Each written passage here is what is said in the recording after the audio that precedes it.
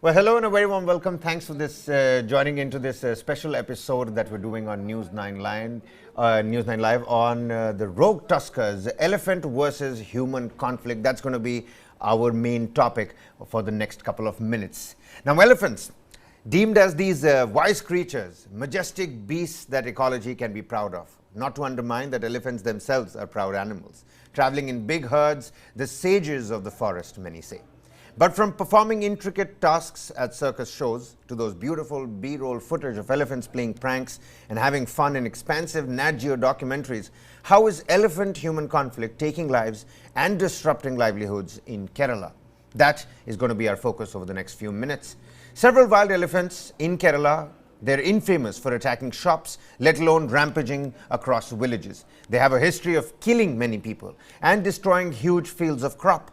During 2018 to 2022, according to the Kerala Wildlife Department, 105 people were killed by wild elephants. Now imagine this, 1 hour past midnight, a forest village in a remote Kerala district. People wake up hearing sounds of a building being demolished. It's the ration shop in the locality that is being attacked, and the villagers can only witness as any noise would mean dire consequences. Now, this is not a visualization of any crime story, and the villain here, who comes in the wee hours of the day to attack, is not a thief either. It's a wild elephant.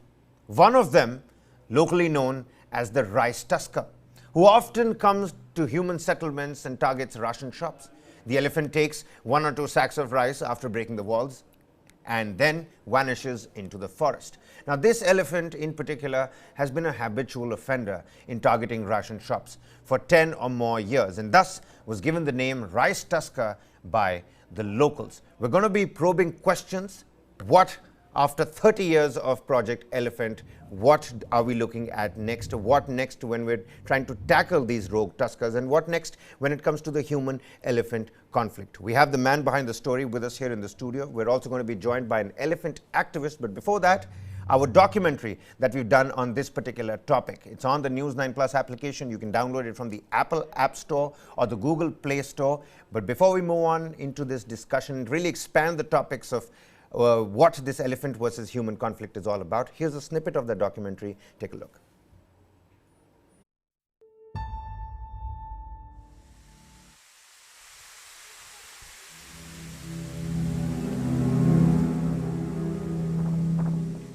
This is a war zone.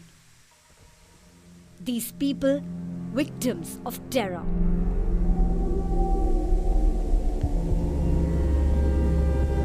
They are haunted by a monster. A beast that has killed more people than any tiger in the last decade. This is a glimpse of a conflict that shows no signs of abating. The man-animal conflict has killed thousands of people and over 400 elephants in the last 4 years. This is the story of India's rogue tuskers.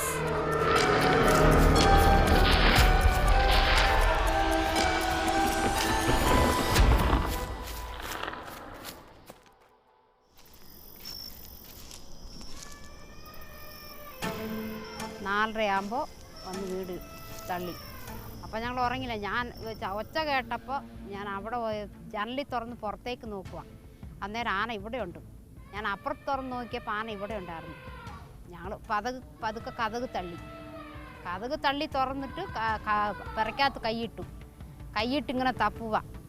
അന്നേരം ഞങ്ങളുടെ കയ്യിൽ ഒന്നുമില്ലായിരുന്നു. അടുപ്പിൻ്റെ അവിടെയാ എല്ലാം തീപ്പെട്ടി. അടുപ്പിൻ്റെ അടിയിൽ ഞങ്ങൾ തീയൊക്കെ പോയിക്കുവാണെങ്കിൽ അടുപ്പിൻ്റെ അടിയിൽ ആന പിറക്കകത്ത് കൈയിട്ട് തപ്പുക. അത് ഞങ്ങൾക്ക് ഒന്നും ചെയ്യാൻ പറ്റിയല്ലേ.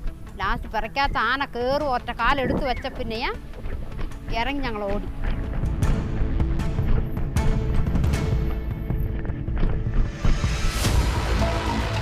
These are the crumbling remains of 42-year-old Emily's life. 2 decades of cherished memories. A home of her own demolished. Tragic as they are, incidents like these are increasingly frequent in 14 states in India. Chinnakanal in Idukki, Kerala is but one hotspot for fear and death in elephant country.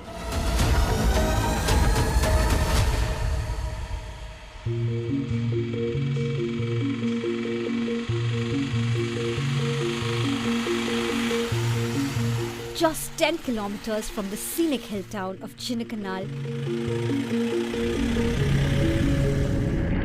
Suryanali once had a population of over 500 people.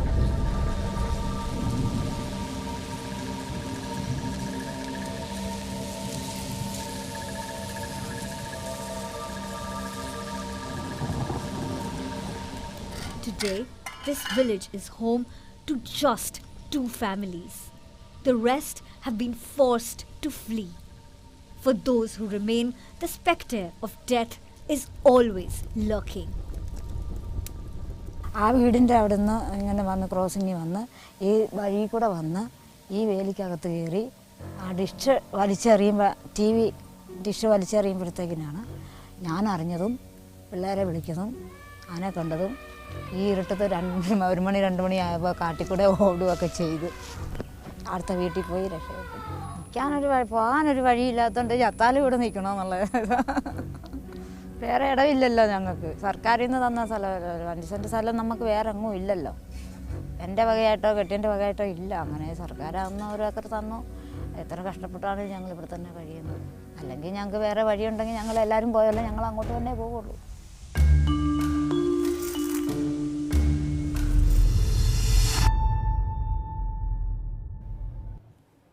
Well, so that was that snippet of that particular documentary. Do check out other incisive analysis and cutting-edge documentaries only on the News9 Plus application. It's the world's first OTT news platform. Meanwhile, coming back to the rogue Tuskers issue at hand, Deepak Banana,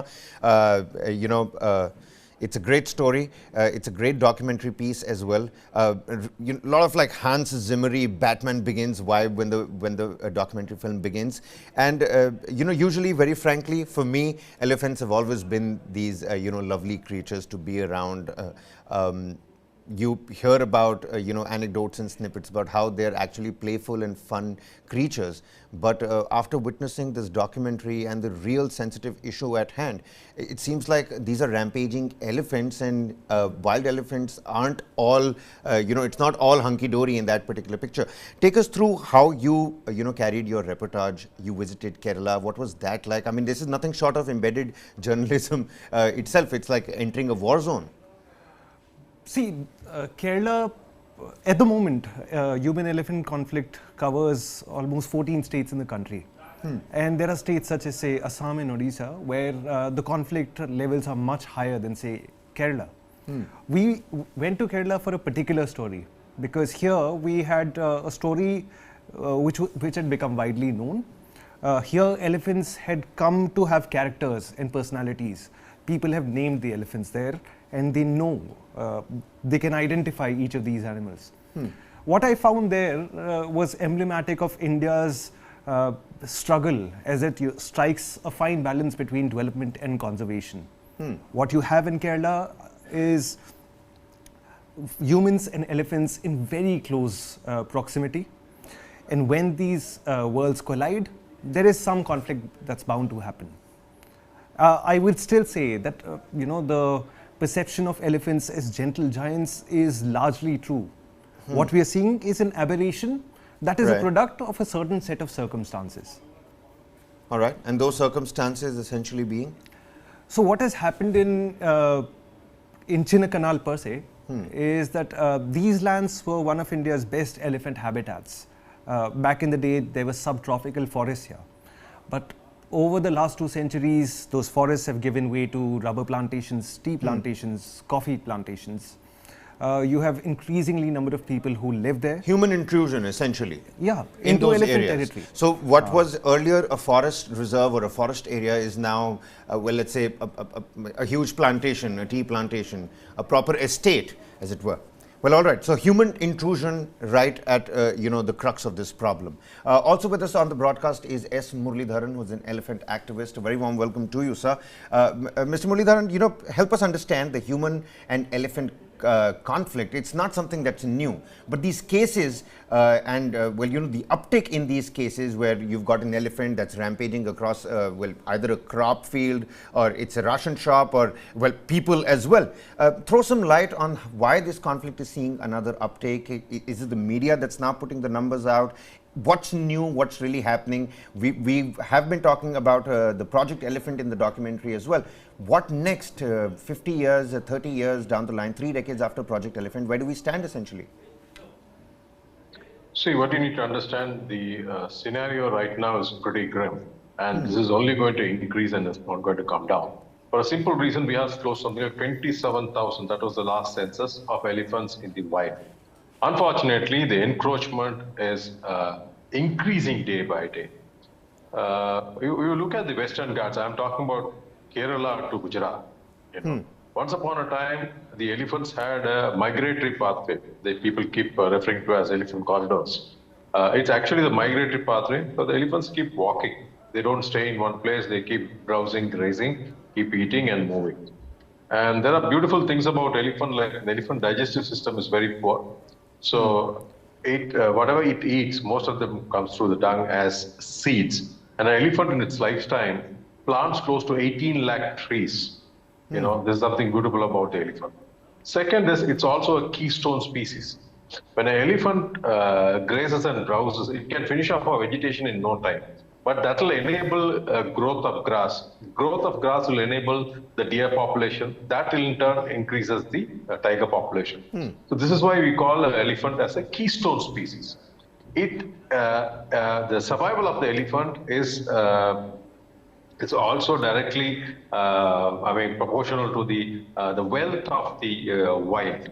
Okay, it protects the entire ecosystem. So these elephants are roaming from Kerala to Gujarat to even up to Nepal, and on the other side of the eastern side in the West Bengal, Assam, all these places up to Orissa and Bihar. This used to be their habitat, and right from Tamil Nadu to Kerala. Now, what happened over the period of time because of encroachment? We have actually taken away some of their migratory paths. Today, elephants from Western Ghats to Eastern Ghats are finding it difficult to travel. Eastern Ghats had something like 10,000 elephants. Western Ghats got something like 3,000 odd elephants, and they're not able to move around. See, what happens when they can't move around? What we call the gene pool migration. They have to breed, right? They have to breed and procreate so that the population is it's healthy. So that's not happening. That's getting stopped. And these elephants, when they come out wandering, specifically the male elephants, that's why you encounter these male elephants everywhere. During the period of must, when they're going to eat period, when they want to mate, the male elephants walk away from their herd. For a simple reason, there is no inbreeding. They will never mate with the female within the herd. They walk away from the herd. They go around looking for another mate. That's actually the time in the frontal lobe, there's something called there are 2 holes through which there's some kind of fluid which comes out, secretes. That's called the must fluid, and that attracts females to them. And that period of time, this male elephant is completely in trance, is uncontrollable. If you compare them with domestic elephants, when they're in such state, trance, they're always chained and tied up. Okay. Right. Otherwise, they can go berserk. They can go destroy houses, fields, kill people, kill other elephants. They actually go mad in a trance state. So that's when your human-animal conflict happens, when they wander away from the wild, come into human habitat. Now, in the human habitat, what happens? You have these crops. See, over a period, what has happened? Farmers have started planting crops. A crop which the elephant loves, for example, corn, one. Second is it could be jackfruit or jackfruit, yes. It could be something, sugarcane. These are things which elephants love, and elephants start raiding them. When they start grazing and browsing on them, they will not go back to the wild. That becomes a problem. Like this guy, Arsi Common, whom we call as the rice elephant.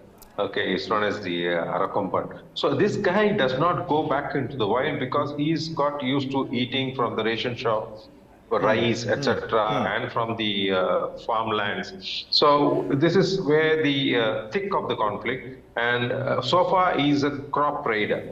The moment you get into a confrontation with him and he gets angry and he starts killing people, that's when a crop raider becomes a rogue elephant. So most of these elephants become rogue, and this is the land of ahimsa. We give them a second chance. We don't shoot them. If it would have been abroad, Western world, they would have shot these elephants. But here in India, we don't. We actually try to capture them. We tame them and turn them into kumkis, or we first attempt is to try to translocate them, put them in another habitat to see whether he doesn't come back into the human habitation.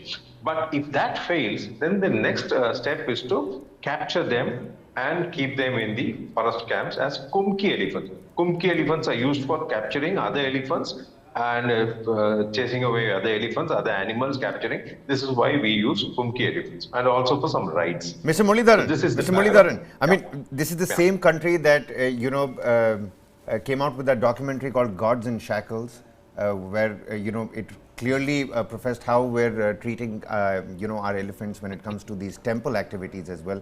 And it's the same place again where we've come out with this particular documentary as well.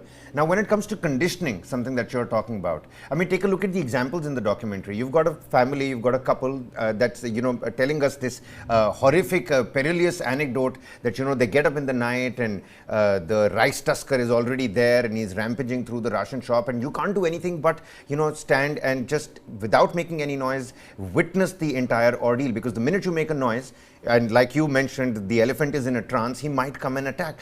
What does a person need to do? How does the person tackle a situation like that? How do you first, identify whether this elephant is rampaging, going through that particular phase that you just spoke about? Are there any indicators, any symptoms per se?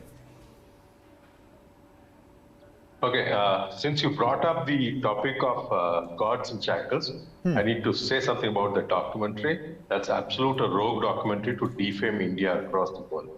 Because when you tame and train an elephant, okay, now that's a skill. It's like horse racing. Horse racing is not banned across the world because racing a horse at that high speed is a skill. Similarly, taming and training an elephant, and even courts in India, like Madras High Court, have vouched saying that taming and training is not cruelty. Because even your Prevention of Cruelty to Animals Act very clearly says what is necessary pain, unnecessary pain. Okay. Necessary pain is, slaughtering a goat or fowl for food. That's why it's a necessary pain. Unnecessary pain is, abusing an elephant, like beating it up always and abusing. But once in a while, they also do beat because just to control them, because this is a 4,000 kilo animal and the man who controls them is only 70 kilos. So the elephant has to listen to him. Sometimes they do that when it's required. Not that always. Always, if you keep beating an animal, it will retaliate and it will kill you. So coming back to the topic, your question was what to do with this elephant? Yeah, and essentially, how do you even identify, if you do encounter a rampaging elephant, how do you identify whether this elephant is rampaging, and how do you tackle that situation? Could you give some tips and tricks from your playbook? The subject matter experts are your forest department. Right? They have these mahouts working for them, and Kerala is a land of elephants, and they have the best of the mahouts there. And when the elephants start raiding crops and they try to chase them away, and it keeps coming back, and it's trying to get into a confrontation where you see the elephant aggressive and it could kill you, and there will be always symptoms of how its reaction is going to be, and if it starts charging you and all that, and sometimes it kills somebody. So that's the point. Okay, this elephant is turning rogue. There's no other thing. Nothing can be done except catching it and trying to translocate it to another location, or that they've done. Many elephants that are like elephant called Chinnasamy in Tamil Nadu, Rivaldo, they have done and translocated them. Now, even when after translocating 45 kilometers away deep into another side of a jungle, within a day, they walked across and came back to the same place next. So that's the challenge. So if that happens, then they have no choice but to capture them, tame them. Here, in this case of the elephant, the forest department they knew exactly what to do. They were trying to do this. Unfortunately, I call them the half-baked animal activists. Extremists they are. They know nothing about elephant. They probably know something about dogs and cats. They get into the fray. In fact, in the Kerala High Court, it's so many of them impleaded. Some of them are foreign NGOs, and foreign NGOs they see elephants only in movies and zoos. They don't even live with them. They have come and trying to preach India, how to take care of an elephant. When that's been our history of 4,000 years. You won't believe, go to Madurai, all the way, I think your cameraman had gone to Kerala. Madurai is not very far. You go to, so overnight, you go to Madurai. Madurai, we have videos of those days where we used elephants to work in the fields. So that's the kind of level we had, and we had elephants as pets for some 4,000 years, just like a Labrador dog. So this is the difference. People do not understand this concept. And second is taming and training is it's not beating up, and it's the videos which normally spread by the foreign NGOs that somebody is beating up and taming and sucking them and all that. So this is not what actually it is. Mr. Murlidharan, you have debunked quite a lot of myths. Firstly about gods and shackles, and then also about this idea about how violent videos that surface on the social media, not necessarily all of that is supposed to be true. It could be fake videos as well. And you rightly pointed it out, 70-kilogram man trying to tame a 4,000-kilogram beast. It does take a little bit of a stick here and there as well. Deepak Badana with us here in the studio. Deepak, there were some case studies in the documentary as well. Talk us through those case studies particularly. Any interesting facet in those? So we managed to locate two people who were amongst the first victims of elephant attacks in the whole Chinnakanal area. And their stories, in fact, tell us the story of human and elephant conflict, how it's evolved there since, say, the early 2000s. We went to a village which, when it was settled in 2003, had a population of roughly around 600. Today, there are roughly, say, 8 or 9 people who are living there, 2 families essentially. And of those 2 families, one of them was attacked the very week that we visited the place. 2 of the walls had been torn down. Now you must understand the people who are living here. These people are on the very fringe of society. Okay, they're there because they have nowhere else to go. And when they see what little is left of them, when they see their own homes being destroyed, it's a different kind of suffering that these people face. So as you'll see in the documentary, there's a lady, she says that she knows that she may get killed. But she's got no other option. Yeah, so she says that she will stay there no matter what happens. We went to see another family where, say, the main breadwinner has been crippled by Arikomban. This happened sometime around 2008. And the elephant has attacked his home twice in the last 15 years.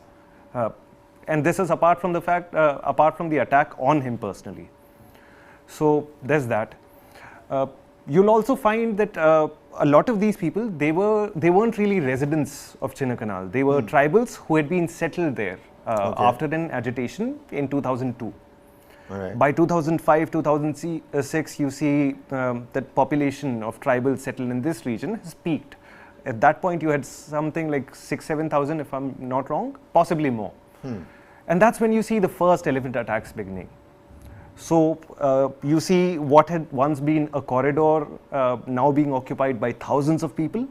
And you must also understand the role or the place of an elephant in its ecosystem. Okay.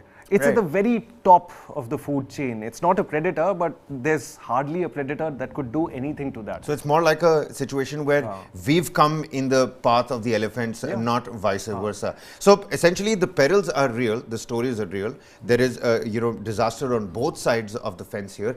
Mr. Murlidharan, we're completely running out of time here. Just very quickly, we've understood what the problem is at hand.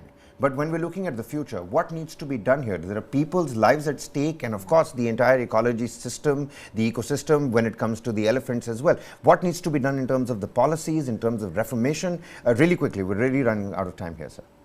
Your Project Elephant has to work. They have not been working for the last 30 years. Second is, we go to courts to get relief. We get relief in some part of the country, but the states are not keen in giving us those relief because there are a lot of illegal mining which is happening inside the forest area.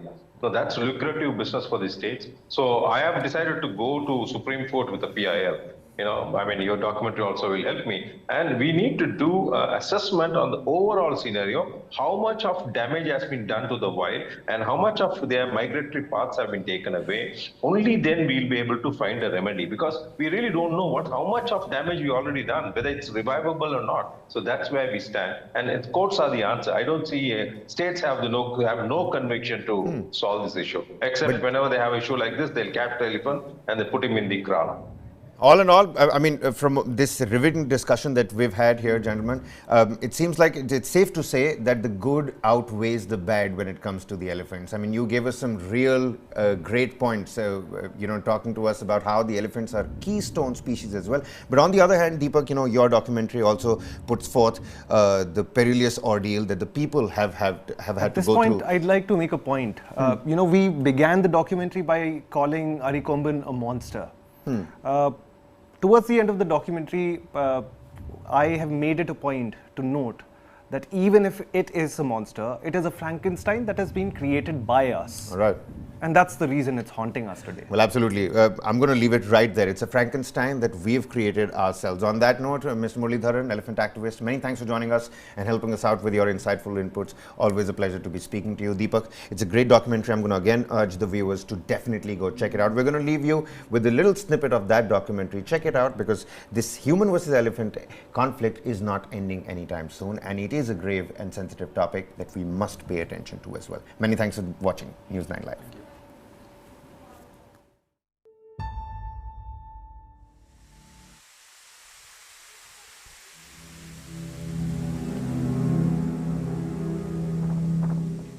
This is a war zone.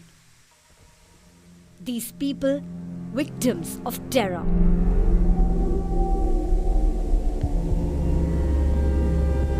They are haunted by a monster. A beast that has killed more people than any tiger in the last decade. This is a glimpse of a conflict that shows no signs of abating. The man-animal conflict has killed thousands of people and over 400 elephants in the last 4 years. This is the story of India's rogue Tuskers.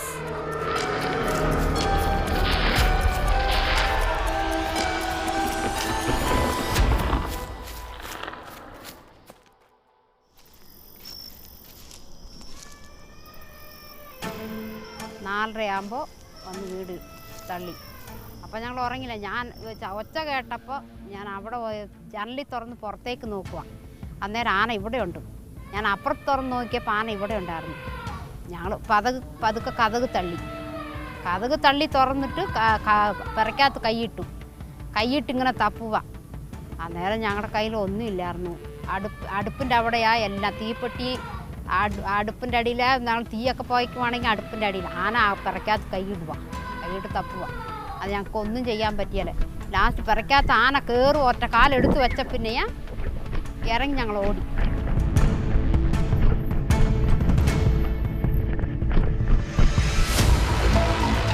These are the crumbling remains of 42-year-old Emily's life. 2 decades of cherished memories. A home of her own demolished. Tragic as they are, incidents like these are increasingly frequent in 14 states in India. Chinnakanal in Idukki, Kerala is but one hotspot for fear and death in elephant country.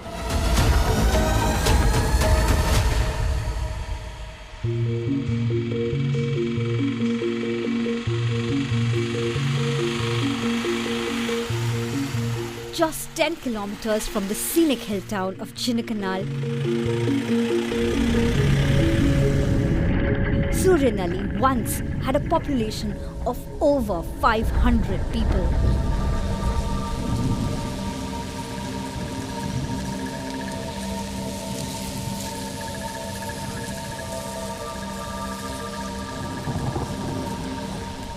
Today, this village is home to just 2 families.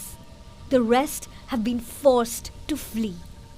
For those who remain, the spectre of death is always lurking. ആ വീടിൻ്റെ അവിടെ നിന്ന് ഇങ്ങനെ വന്ന് crossing വന്ന് ഈ വഴി കൂടെ വന്ന് ഈ വേലിക്കകത്ത് കയറി ആ ഡിഷ് വലിച്ചെറിയുമ്പോഴത്തേക്കിനാണ് ഞാൻ അറിഞ്ഞതും പിള്ളേരെ വിളിക്കുന്നതും ആനെ കണ്ടതും ഈ ഇരുട്ടത്ത് 1 മണി 2 മണി ആയപ്പോൾ കാട്ടിക്കൂടെ ഓടുകയൊക്കെ ചെയ്ത് അടുത്ത വീട്ടിൽ പോയി രക്ഷപ്പെട്ടു. പോകാനൊരു വഴിയില്ലാത്തതുകൊണ്ട് ചത്താലും ഇവിടെ നിൽക്കണമെന്നുള്ളത്. വേറെ ഇടമില്ലല്ലോ ഞങ്ങൾക്ക്. സർക്കാരിൽ നിന്ന് തന്ന സ്ഥലം 5 സെൻറ്റ് സ്ഥലം നമുക്ക് വേറെ എങ്ങും ഇല്ലല്ലോ. എൻ്റെ വകയായിട്ടോ കെട്ടിൻ്റെ വകയായിട്ടോ ഇല്ല. അങ്ങനെ സർക്കാരാകുന്ന 1 ഏക്കർ തന്നു. എത്ര കഷ്ടപ്പെട്ടാണ് ഞങ്ങൾ ഇവിടെ തന്നെ കഴിയുന്നത്. അല്ലെങ്കിൽ ഞങ്ങൾക്ക് വേറെ വഴിയുണ്ടെങ്കിൽ ഞങ്ങൾ എല്ലാവരും പോയല്ലോ, ഞങ്ങൾ അങ്ങോട്ട് തന്നെ പോവുള്ളൂ.